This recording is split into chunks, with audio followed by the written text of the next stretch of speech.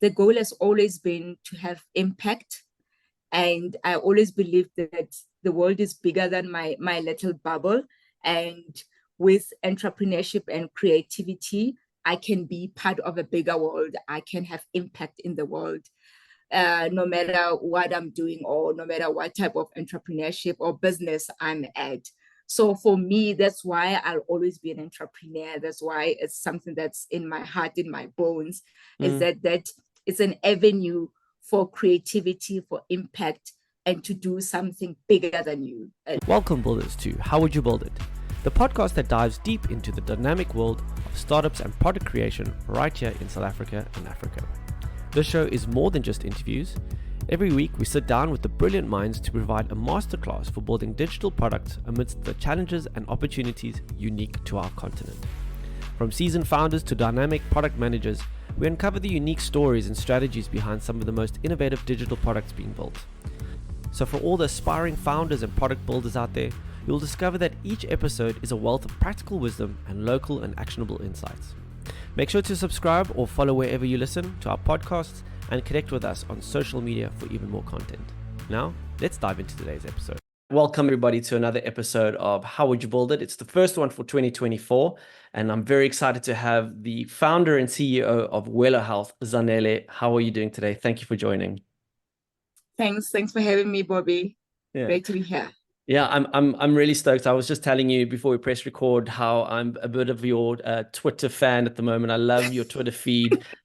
Just kind of the raw sort of feedback around what, like, they talk about building in public, and you're definitely doing that on Twitter. So I thoroughly enjoy it. That's how I came across you. Really, is found you on Twitter, and I just love the feedback that you're giving your audience around, building Welo and the hardships that you're going through and the successes and all of that journey. So thoroughly enjoying it. So I'm excited to have our conversation today. And the theme that we want to talk about is why build a startup in 2024 in South Africa and Africa? Because, well, I mean, Zanele, before I just rattle off, can you just kind of say hello to the audience and a little feedback of who you are and Welo Health, I guess. Yeah. Okay, so hi everyone. My name is Zanele. I'm the CEO and founder of Welo. We are a health tech company based here in Johannesburg, South Africa. And yeah, I took the crazy jump to from traditional business to tech and to just solve a problem and just give it my all. I'm just like all in this. And I just believe in the future of Africa and the future of African tech. Yeah. Why would you say that? What inspires you about the African tech scene? Like, if you think about, coming from a corporate job or anything like that, what drives you to innovate and be in the space? I think for tech on my end, I didn't even know tech existed until my company, my traditional business, which was in construction and mining, until it went under. And then I had to think of something. I was like, okay, if I'm going to go back into entrepreneurship, because once you're an entrepreneur, like you're an entrepreneur for life, you're a sucker for punishment for life. So I was like, okay, I'm going to go back there. There's no way I'm going to dust off my CV and work for anyone. But if I'm going to do it, I have to do it in an industry where now I have to build something sustainable. I'm not at the mercy of Bobby, who's the procurement manager or the mine manager, etc., municipal manager, etc., where you leave from contract to contract, 3 year to 3 year, 5 year to 5 year. And I was like, okay, if I'm going to go back, I need to build something sustainable, something bigger than me, and something that can be global, something that can be scalable, and something that can just solve problems. Mm-hmm. And then I started researching different industries, and I came up on the tech industry. I knew about tech before, but I thought it was for nerds and people who are super smart, like I got a G in maths. I don't know what the G is called now in my days. So like, I thought tech was for geeks. Then, but I dug deeper and I saw that, hey, hold on, tech can be a space where you just solve problems. You bring your entrepreneurial energy, the zeal, the grit, the can-do attitude, the beast mode execution thing. You bring it on and you get the right team around you and you solve a problem, and then you build the tech. Tech is the enabler. Mm-hmm. Because at first I thought tech was the be all and end all. But once I dug deeper, I said, oh, tech is just the enabler of a good business idea, to make sure that you scale it, to make sure that it's more efficient, and to make sure that it runs without you. So yeah, then I was like, oh, this is a space I can get into. And yeah, so there I went to San Francisco, came back, and then built Welo. Yeah. Amazing. How did you get to San Francisco? What was the setup there? Like, how did you get there? Okay, so I'm an all or nothing type of person. So I was like, okay, I come from like your 50-page business plan, traditional business. Tech is a different ball game. So if I'm going to learn about this, if I'm going to give the next half of my life to this, because I was 38 when I started in tech, I was like, if I'm going to give the next chapter of my entrepreneurial life in this, I have to go to the genesis of it, and I have to learn about it, where it started and where it's more vibrant. And for me, that was San Francisco, that was Silicon Valley. Mm-hmm. By that time, I was super broke. So broke, the only thing I had to my name was an old Corsa Skadonki that was 400,000 kilometers to the clock. Wow. I was broke, staying with my mom and my 3 kids, because my business went under. I had to leave Joburg, go back to Rustenburg, go and basically start from scratch, but this time with 3 kids in tow. And I went to my friends who were in business, and I was like, because I still had my US visa, the 10-year one, travel one, to say, hey guys, I want to go to San Francisco. Bobby, can you help me out with a plane ticket? Lerato, can you help me out with accommodation, etc., etc.? And nobody wanted to give me money to go and research, because I wanted to go and research and see and learn about this industry. But as fate would have it, I got into an accident with that Skadonki, and insurance paid me 35,000 rands. And I was like, that's my ticket. Like, yes. I was like, that's my ticket. Incredible. And mom thought I was crazy. It was because they said, number one, you're not a geek. You only know tenders and contracts and things like this. This is new. This is your last money. Like my mom was saying, why don't you just pay yourself 2,500 per month until you are up on your feet again, because you don't have money. And I was like, no, I'm going. So I literally told myself that I was going to create my own accelerator program, because that time you still knew you're not going to get into any accelerator or incubator, etc. And yeah, so I bought. Did you have an idea at this point, like what you wanted to get into? No idea at this point. But I was like, I'm drawn to this. I need to know more. I need to find out more, and I need to go to the genesis of it all. So once I found out more, then I'll decide if I'm going all in or if it's not for me. And I don't want to Google this. I need to be in the space with my character of, going all in everything that I set my heart into. And then I bought an Emirates. That time the ticket was around 14 to 16 return to San Francisco. Didn't know a soul in San Francisco. But for me, my incubator was going to be Eventbrite. So you go into that website and you look into, you say founder events, startup events, entrepreneurial events. So there'll be something for $10 in downtown Market Street, San Francisco. There'll be something for free in Palo Alto. There's something for etc. And you eat at those events. So remember that time you don't have enough money. I was staying in Fremont, which was like your Hammanskraal, but close to the expensive places in San Francisco. And, in the US, it's cheaper to use public transport. So in the morning, I'll be somewhere in Palo Alto attending an event. During the day, I'll be somewhere in Market Street attending an event. At night, I'll be somewhere in another part of San Francisco attending an event. Wow. And then I came into things called, what do they call them?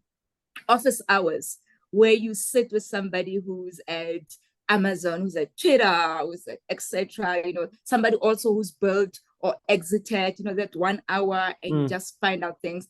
Like I didn't even know what a pitch deck was, or even if a pitch deck existed, until I was in San Francisco, when I was in another event, because another event will beget another a person will also invite you, even if it's not Eventbrite, say, hey, there's something, there's always something happening there every day.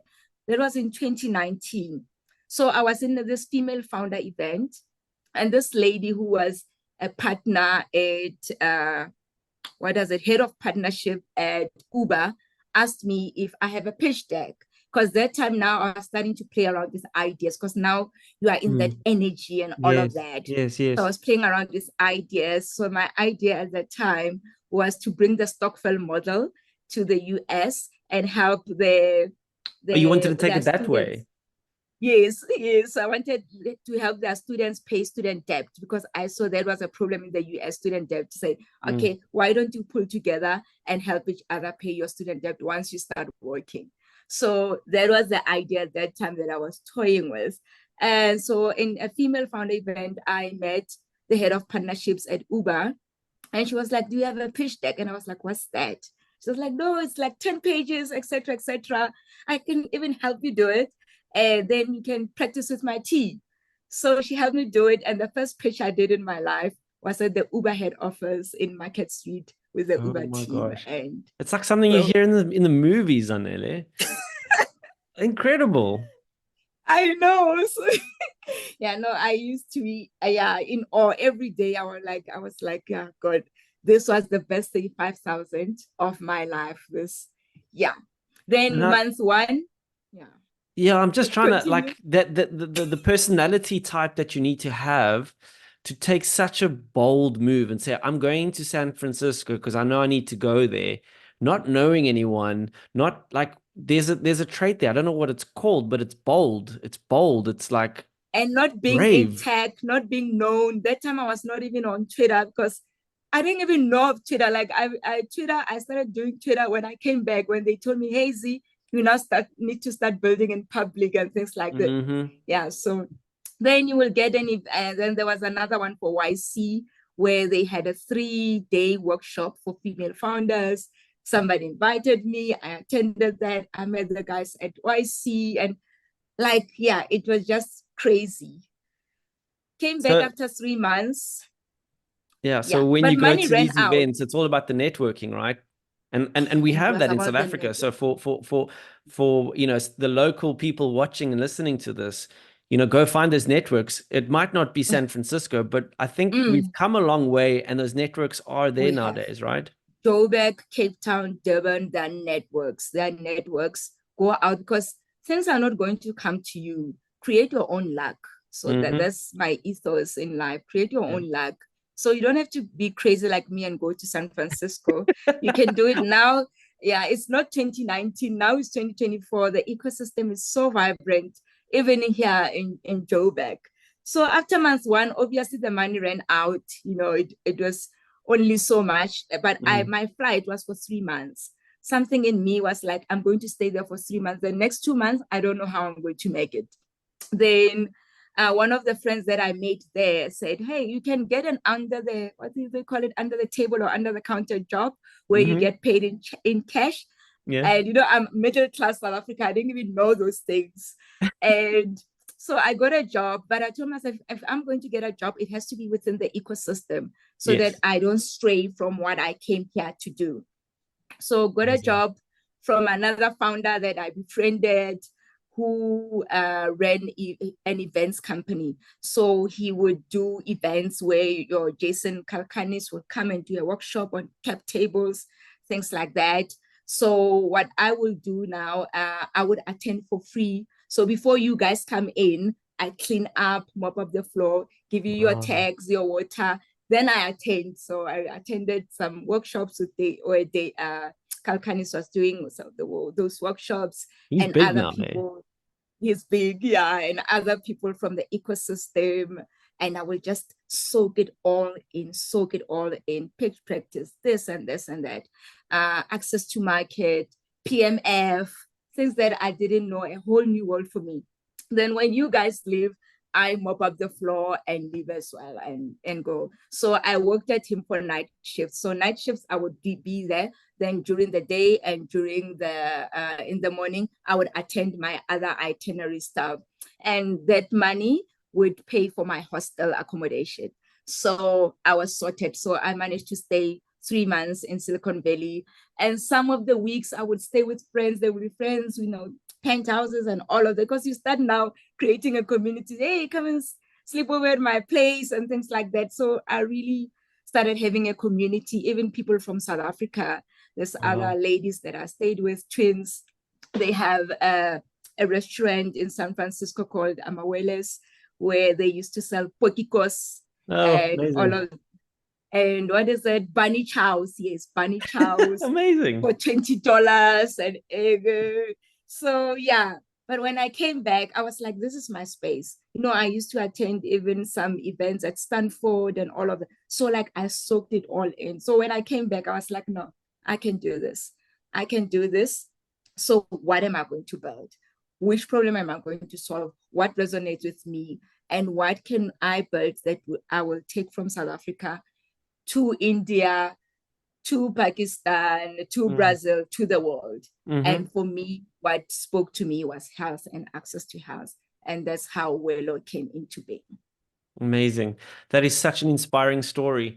So Zanele, I need to understand then, like, what is the drive? What is the goal? What made you and makes you want to be an entrepreneur instead of just having that corporate job? Like, what are those goals that you're trying to achieve by being one? Like, for other people that are wanting to become one, what should they, aspire to achieve? I think for me, the goal, even when I was still in my 20s, when I dropped out of varsity to pursue entrepreneurship, the goal has always been to have impact. And I always believed that the world is bigger than my little bubble. And with entrepreneurship and creativity, I can be part of a bigger world. I can have impact in the world, no matter what I'm doing or no matter what type of entrepreneurship or business I'm at. So for me, that's why I'll always be an entrepreneur. That's why it's something that's in my heart, in my bones, is that it's an avenue for creativity, for impact, and to do something bigger than you. Like, yeah, yeah, yeah. That's incredible. I think it's a great motivator. There's a book by Ray Dalio, I don't know if you know it, called Principles. And in the Oh, early okay. chapters, he actually talks about like how a person should try and understand where they fit on this graph. If it was 1 to 10, do Mhm. you go to your work and just do what you're told, or do you want to do something impactful? And it's something that someone needs to understand early on in their journey. It's like, where are you on the scale? Do you want to create a little bit of impact, or do you not want to create any impact? If you can understand that about yourself, you can understand how you can Yeah. start taking on things. You're like, out of 10, it sounds like you're a 20. I wish. Like, I think it's fantastic. I think, a lot of people, when you talk about why being an entrepreneur, I think a lot of the independence, being able to earn more, it's sometimes a financial reason, but I love the impact, like being able to change. And you know what? Africa needs people that are going to change the way. There's so much opportunity and there's so much need for change and being impactful in our country and the African continent as a whole. So I hope a lot of people get inspired by your stories here. Thank you. Thank you. So let's move to something that you were quite passionate about talking about, which is what mistakes to avoid. Mm. In your stories, you talk about the University of Life. So, what mistakes should other aspiring founders keep in mind if you were to start over again? What Yes. mistakes would you avoid? I think if I would start over again, the one of the most important mistakes that I would avoid was not building in-house the tech in-house, because when I started, we used dev agencies and wanted to get freelancers and things like that. So I think for me, that's one mistake that I made, because I think when you build, you need people who have the fiber of the company in them, Mm, who just like a client, etc., one of the 20 clients, etc., etc., mm, who knows the nuances of the company, who knows what your users go through, etc. Because one lost money, and so there was a mistake on my end, not mm, even the dev agencies. It was, I was supposed to really to get people in-house and build in-house, especially if you're building something new.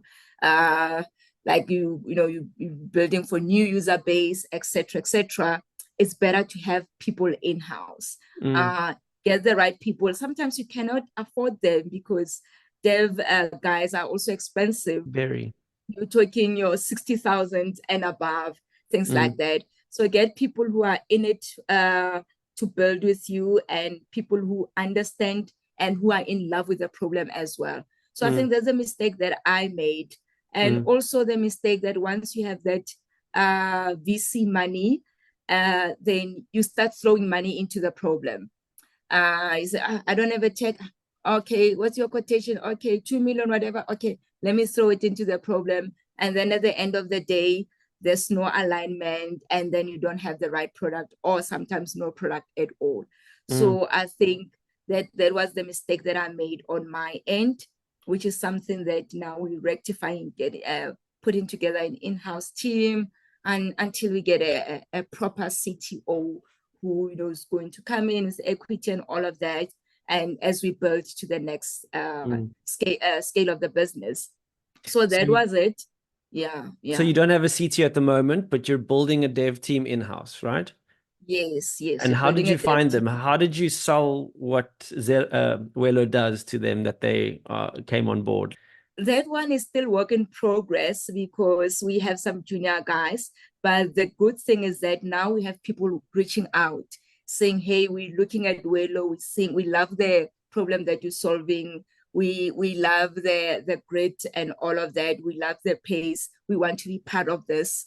We're not in it for the money. We want to be part of this growth. How can we assist?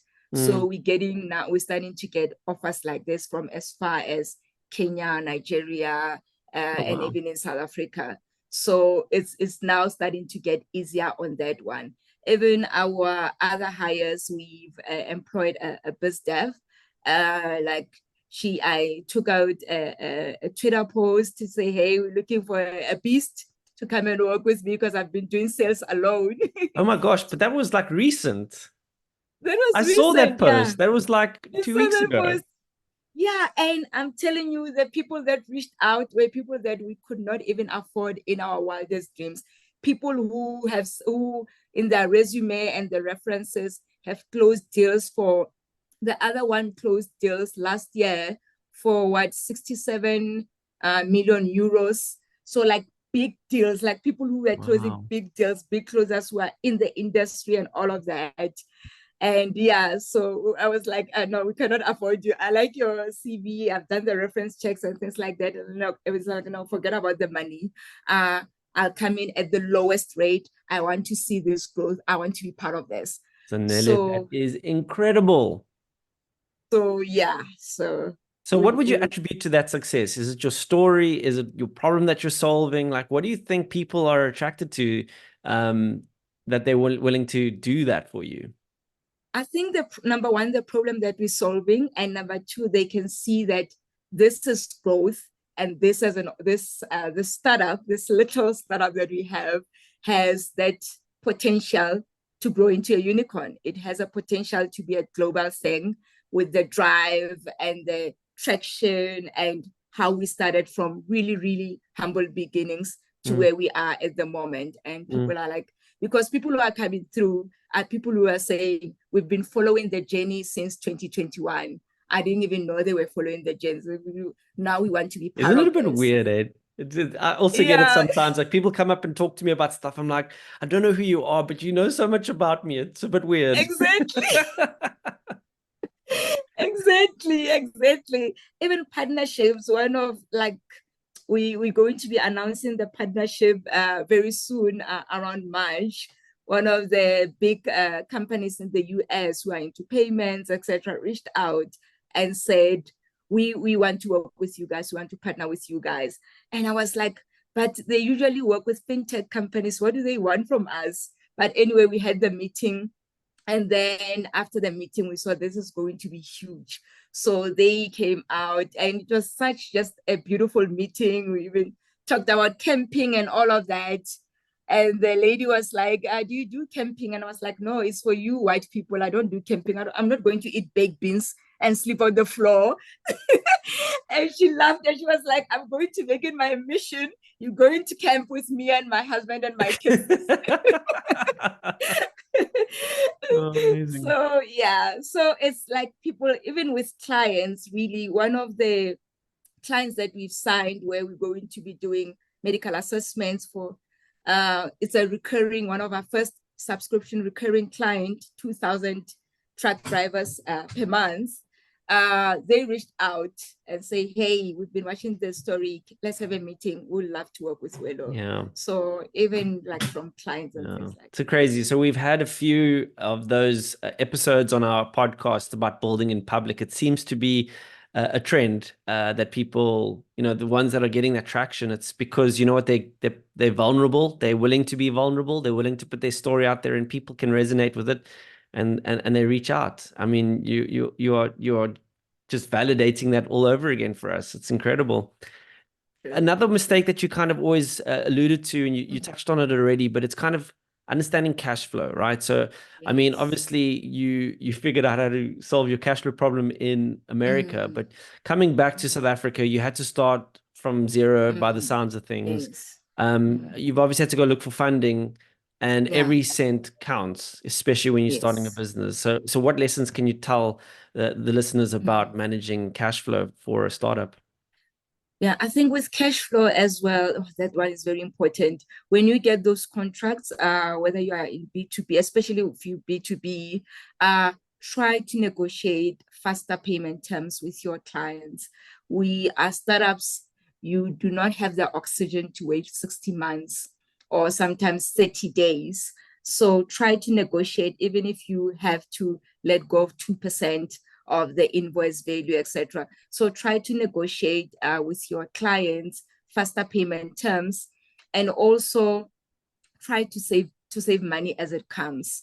The best place to be really is to have like 6 to 12 months of your monthly cash or working capital in the bank, just because it will always hit the fan when it comes to startups. It's never hunky-dory. So, and when you have cash in the bank, I always tell my founder friends, you can be more creative.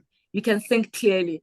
I'm telling you, if you don't know how you're going to make salaries next week, you are not going to think clearly. You're not going to be creative. You're not going to think product, sales, development. All you're thinking is lack. And now you in that mindset of like, you wake up 3 a.m., you can't sleep. You don't even need an alarm. You will not sleep if you can't make payroll, if you can't pay your debts. And also don't be quick to hire. I think that's a mistake I made as well. You see a little 100,000 USD, you think you're a millionaire, you want to hire everybody and their uncle and their cousin. And then you have that balloon stuff. Yeah. And at the end of the day, you're like, but what is Bobby doing? But you've already signed a contract with him. And in South Africa, we have CCMA. Like I've been to CCMA where I've had to pay people because I fired people. Then you have to pay fines and things like that. It's a big thing in this country, hey? It is, yeah. So especially those who get VC funding, don't be quick to hire. I know the pressure will be there. You want to appear in TechCrunch, with 20 of us, t-shirts, not 5 of us, little 5 of us there. Yeah. But it catches up with you, especially if the revenue that's coming in is not translating to the salaries that you have. Then like it does something to your psyche, man. I remember when I was going through that, you cannot think product, you cannot think expansion. You're only thinking salaries. So remember, you're here to solve a problem. That's why you did this. You did this to solve a problem. You did this for impact. You did this for global growth. You cannot think of those things when Bobby will be looking you in the face tomorrow and you cannot even pay them their salaries. Yeah. So we had a previous... don't be in a rush to hire. Yeah, I like that a lot. We actually had a previous guest came on and actually spoke about, providing fixed term contracts to people you want to bring on board, because at least you know that you can kind of reassess where the value is, instead of going full-time employment, because you run into that very thing you just spoke of. Especially as a startup. True. That's a good idea. I like that. Yeah, so do fixed term, it kind of mitigates the risk for you. So you don't have to worry about, that commitment, because if anyone's dealt, you said you've dealt with CSUMA, it's not fun. It is not. It's not fun at all. It's not fun at Again, all. takes your focus away from actually building and impacting, right? It does. It Yeah. does. Exactly. Yeah. And there's time that you'll never get back. But yeah, Yeah. true. Okay, so we haven't touched on Welo Health, and I want to revert back to your story about coming back to South Africa from the United States. Can you tell us, how did you come up with Welo's idea, and how did you validate it? So, how did you come up with it, and how did you know that this was the idea that was gonna you found within that idea that this is what we're going to be doing? Can you just give us that journey? Yes. Okay. So when I came back, that was 2019, and 2020 COVID hit. And I was like, okay, let me do a delivery platform. We'll deliver medicine, we'll deliver food, we'll deliver, everything. We'll operate asset light, where you get scooter drivers who are already doing delivery for your master delivery, etc., and just get them. So, but when I started on the ground, I was like, I operate better if something is niche. Of all the things that are on the list, the company that time, it was called YISA, and yeah, it was called YISA. So I was like, okay, for all the things that are on the list, what resonates with me? What can I take out and just focus on one thing? And for me, it was medicine. And I was like, okay, medicine resonates. It speaks to health. There's something impactful. Let me take out the food and clothes and other things. Let's just deliver medicine. And then I changed the name from YISA to Welo. Welo was a play on the word wellness. So that's how Welo was started, delivering medication.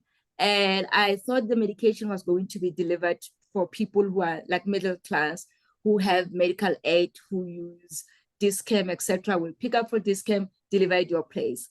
But then when I started taking it out to the ground or to the market, the people who were calling were public health, people who use public health, which was a shocker for me. But there's something that I learned from San Francisco to say, you pivot and you listen to your users, because coming from traditional business, you get married to your idea and say, this is my idea, this is my baby. So from San Francisco, what I learned was that you listen to your users and you pivot, and this is not your baby and you're not married to it. So we're getting calls from people who are at Barra, George Mukari, saying, hey, I'm a blue collar worker. I work at Master Price. If I'm blue collar, I earn 200 to 250 per day. But if I have to go and fetch my HIV meds or the eczema meds for my daughter, it means I have to take a day off, because when you go to government hospital, you have to be queuing by 5 a.m. Exactly. And you have to be there by 5, or if you're there by 7, forget about it. By 5, and you leave at around 1, 2. So now it's your dignity. You're losing your dignity, you're losing your time, you're losing money, because there you are, blue collar worker, is no work, no pay. You're not working at Deloitte, etc. So those were people who were giving me a call. And then I said, okay, we're not catering for you guys, but let me go to the hospitals and get permission, because, working with government and things like that, I didn't know where to start. And I went to the hospital, and the first hospital I went into was George Mukari in Garangua, Pretoria. And they said, we've never done this before, but get permission from those people and let's try it out. And then I went, that time the internet cafe was my office. I didn't even have a laptop. Remember, I spent all my money in Silicon Valley. Incredible. I love the story. Wow. So yeah, and I really have to visit that guy. I want to make it this year. I have to visit him and just give him a gift. That used to be my office. He would even open on Sundays for me so that I can work. Yeah. So I went there, printed out the document, to say, okay, Bobby, name, etc. Then I would attach your script. Then I will take it to the to the hospital and collect on your behalf. Because my thing has always been just start. Don't wait for the tech. Don't wait for perfection. Just start. Manual as you are, just start. Yep. So I did first 5 clients. I was charging them 35 rands per delivery. But from that 35 rands, I was paying the Uber guy 20 rands, and 15 rands was for me to get into a taxi. And I was like, let me go back to the guys, because the reason I did 25, because Uber that time, they were also delivering medication and they were charging along those regions. But my mistake was like, I was competing with people who have long money. You can compete on price. So that was one of the heavy lessons that I learned as well. Do not compete on price, compete on value all the time. Ooh. So I went back to my I love clients. that. Oh, yes, I love that, Zanele. Yep. But we had to learn. We had to learn the hard way. Yeah. So then I went back to the clients and I said, guys, I'm not going to make it. If I'm going to charge you this 35 bucks, within 3 months, you won't have that. And they were like, even if you charge us 100 rands, whatever we're going to pay, we love this service. And then I took it to 79. And then that's when I started doing medication. So I would go myself, 4:30, I would be at the taxi. So that 5 a.m. I'm at there queuing for you. And then once I'm done with the queuing, I would call the scooter driver. Hey, bro, Joe, I have 10 packages. Here are the addresses, go and deliver. So did that so that I can also learn all the pain points, etc. I remember when I was doing that, I was posting it on Twitter, the videos in the morning, etc. And one of the VCs, who's now like one of my mentors, reached out on Twitter and said, hey, he's based in Cape Town, and said, I'm going to be in Johannesburg. I want to come with you in one of your rounds. Amazing. And he actually did that. And he was so emotional. And he did that. He came with us. So we went there. We used a car this time. So we went there, queued. Because when you queue, between 6 and 7 in the public hospitals, it's prayer time. So after prayer time, then I would stand up and tell them about Welo. This is Welo, my cell numbers are here. You don't have to be queuing here and struggling. Next time, just send me, I'll come on your behalf. So he saw through the whole process until the deliveries. So yeah. 2 things I just need to say is, 1, don't be shy. Okay? Because you're going to have to do things that don't scale. Oh man, I'm telling you, you have to stand up in front of those people and say, hey, I'm Zanele and this is what I'm doing. That takes courage. My cell number. Yes, things that don't scale at all. So that's how Welo started doing medicine delivery. Then as we started getting more clients, and I got students to go and do the queuing now, then I got somebody from Twitter reached out as well saying, hey, I want help with the chatbot. I can do it for, I think he charged me 3,000 or 3.5. And he did a chatbot for us, a WhatsApp chatbot. So now we're moving from paper to chatbot, where now you will just click hi and it will prompt you until the payment side, until the prescription side. But then we're still struggling with cash. Remember, it's in the townships. And now when the driver delivers, they have to give the cash to the driver. Then big problem. It becomes a nightmare. And then I was like, okay, I come from the township. I was born and raised here. What is our mode of payment? It's money market ShopRite, because you speak the language of your user. Always speak the language of your user. I was like, yes, money market ShopRite. Let me call ShopRite and find out if we cannot integrate, if now we cannot give our people a PIN code or USD of some sort, and then our people can just go and pay by the counter so that we cashless. And I called ShopRite head office, and they gave me the company that's working. That time, what was it? I think it was PayFast. I'm not sure. Hey, it's the company that does the payment structure for money market. And they helped us, and we did that. So now on the chatbot, you will get now a USSD number. You can pay with it, and now nobody's handling cash. So I did that for 4 to 6 months, somewhere there. And then somebody reached out into my DMs and say, we love what you're doing. Have you considered working with corporates, doing some work with corporates? Here are the details of discovery, email addresses and all of that. Pitch them and see. And I did that. I sent an email to Adrian Gore. Maybe I sat on that for about 2 You messaged Adrian Gore himself. That's so awesome. I sent the email at 5 a.m. because I know that's when important people read their emails. If you send an email at 9 a.m., guys, forget about it. Oh, they're already doing their The first gatekeeper is meetings. going to read the email. So yeah, send an email to say, hey, we're already in the townships. We want to pitch Discovery. That time I'm saying we, but it's only me. We want to pitch Discovery to help you guys with to reach your people who are in the townships or in the rural areas or disabled people with vaccinations. Remember that time they were going to Oh, roll wow, out yes. vaccinations, COVID vaccinations to their members.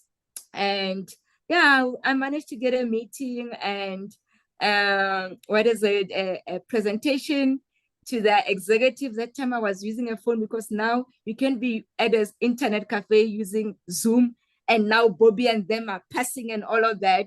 Mm-hmm. So yeah, so my meeting was with my phone, and they came back to me and said, we already have a plan for that. Because with that one, I told myself that I was going to use the same modus operandi I was doing for medicine delivery, but this time it's going to be nurses. Get gig nurses to go and do that. So nurses on demand to go and administer the vaccinations. And they say we already have that, but we love what you're I doing. We have this see. division in Discovery called home care.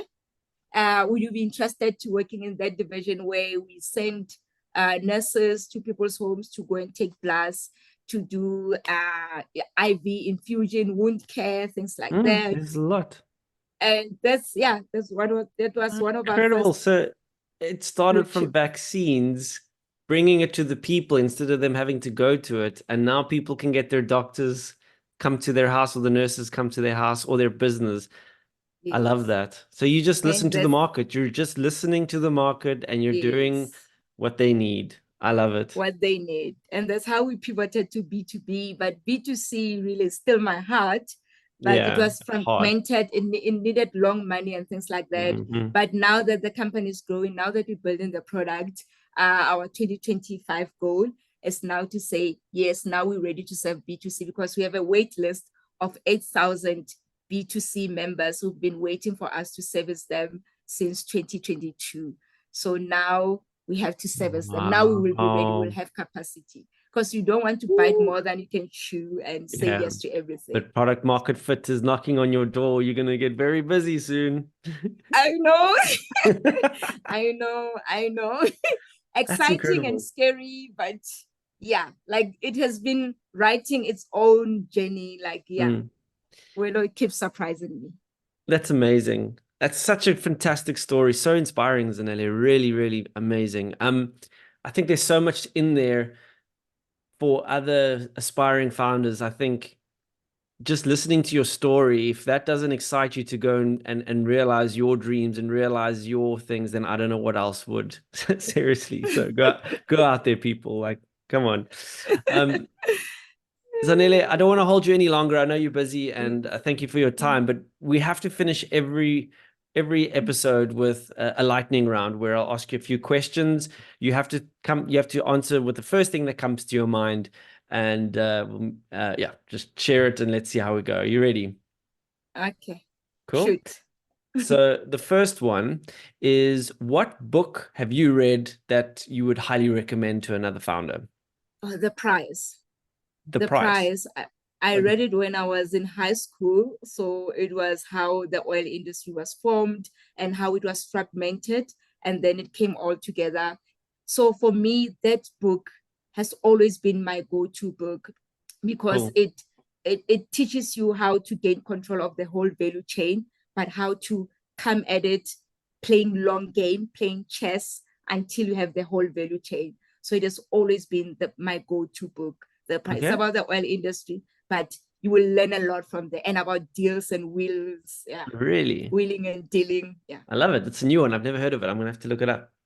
Um, what is the best advice now? I think you've received a lot, but one piece of advice that you received that sticks with you that you feel every founder should know Mm. for themselves. Don't doubt yourself. Don't doubt yourself. Be authentic. I remember there was a time where you would be intimidated. You don't know the tech lingo, and these guys have exits and they've been at it for long, and you feel like you're like an imposter.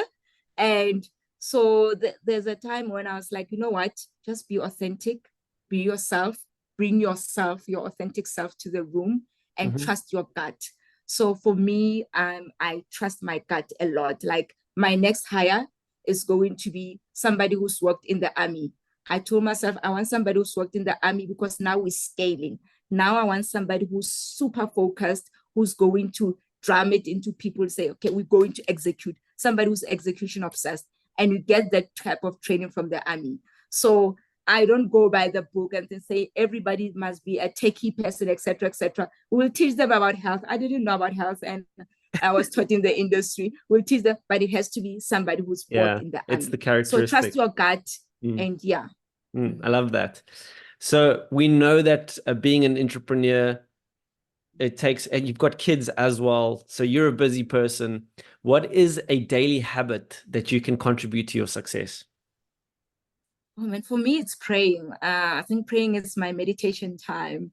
Wherever I am in the world, 3 a.m. is just my time with my maker. And yeah, it's just my time with God, my time praying and just centering myself. And Amazing. I speak to him like my father. I will tell him that Bobby is ghosting me and it's frustrating me. So what should I do? Mm. Help me draft a better email, let me draft a better cold email, etc., etc. So Mm. for me, that's the one that's centering me really. My 3 a.m. prayer sessions. 3 a.m. Sure. Early riser, hey? Yeah, but after the 3 a.m. one, I do go back to sleep. Oh, wow. Oh, Yes, I credible. do go back to sleep and wake up again at 6, 7 ish. Oh, that's so interesting. Wow, that's a habit I've never heard of, but very cool. The last one, if you could have a billboard, what would you write on it? Wow. If you can't be captain, don't play. Incredible. This is a new question I've just found and I love it. And that was a really good answer. So thank you. Yeah, I took it from Joe. Was it Joe Kennedy? So he Okay. used to drum it on his kids that if you can't be the best at anything, don't play. So if you can't be captain, don't play. So yeah. Love it. Zanele, this has been an absolutely inspiring conversation. Thank you so much for joining. I really, really enjoyed it. And I'm sure there's a lot of people out there that would feel the same. So thank you for your time. And absolutely going to be watching how Welo grows in 2024. Thank you so much. Thanks for your time. Thank you.